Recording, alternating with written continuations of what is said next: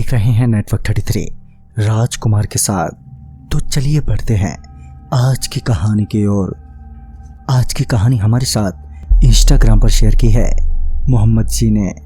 मोहम्मद जी बताते हैं कि आखिरकार लंबे जद्दोजहद के बाद मेरी बात एक जगह तय हो गई और अगले दिन मुझे ज्वाइन करने को कहा गया। मैं भी अगली सुबह ही पहली गाड़ी से फैक्ट्री के लिए रवाना हो गया, मगर रास्ते में इतनी परेशानी आई कि मुझे कई बसें बदलनी पड़ी और जिसके चलते जब मैं फैक्ट्री पहुंचा तो तब तक सूरज ढल चुका था और फैक्ट्री भी बंद हो चुकी थी। गेट पर पहरा दे रहे गार्ड साहब से जब मैंने कहा, सर मुझे फैक्ट्री के मैनेजर ने काम के लिए बुलाया था, मगर किसी परेशानी के चलते मुझे आते आते देर हो गई है। आप उनसे बात करके पूछ लें एक बार कि मैं अभी कहाँ जाऊँ, और वैसे भी मैं यहाँ पर बिल्कुल नया हूँ, ऊपर से रात भी हो गई है। इस पर गार्ड साहब मेरी पूरी बात सुनकर बोले, तुम्हारी बात तो ठीक है, मगर अभी मैनेजर साहब भी कुछ नहीं कर सकते। फैक्ट्री तो कब की बंद हो गई है, अब कल ही कुछ हो पाएगा। अभी तुम जाओ, कल आ जाना। इस पर मैंने कहा, मगर सर इतनी रात गए मैं कहाँ जाऊँ।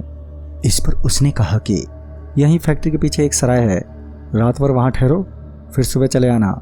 इतना सुनते ही मैं वहाँ से चल दिया।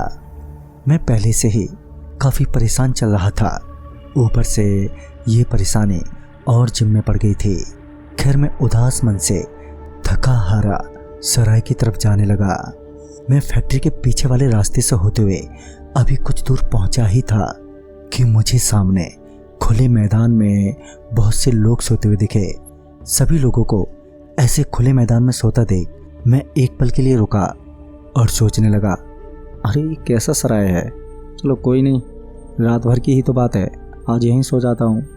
लिहाजन मैं उस मैदान में सो रहे लोगों के बीच पहुंचा और एक खाली जगह पर अपना गमछा बिछाकर आराम से पसर गया। मैंने आंखें मीचकर अभी करवट ली ही थी कि तभी मुझे रोने की आवाज़ें आने लगी। उन आवाज़ों को सुनते ही मेरे रोंगटे खड़े हो गए और मैं झट से उठकर बैठ गया। जैसे ही मैं उठकर बैठा तो मेरी आंखें फटी की फटी रह गईं। मेरा शरीर थरथराने लगा।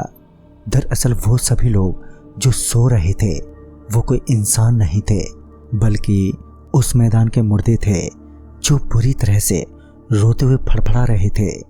उन सभी का शरीर खून से लहूलुहान था, मानो उन्हें बुरी तरह से मारकर फेंक दिया गया हो। मैंने बिना देरी किए कपकपाते हाथों से अपना गमछा समेटा कि तभी किसी ने मेरा हाथ पकड़ लिया और अपना खून से लथपथ चेहरा मेरे मुंह पर रख दिया। उसका खून से लथपथ चेहरा देखकर मैं चीखते हुए नीचे गिर पड़ा और लड़खड़ाते हुए तुरंत ही भाग खड़ा हुआ।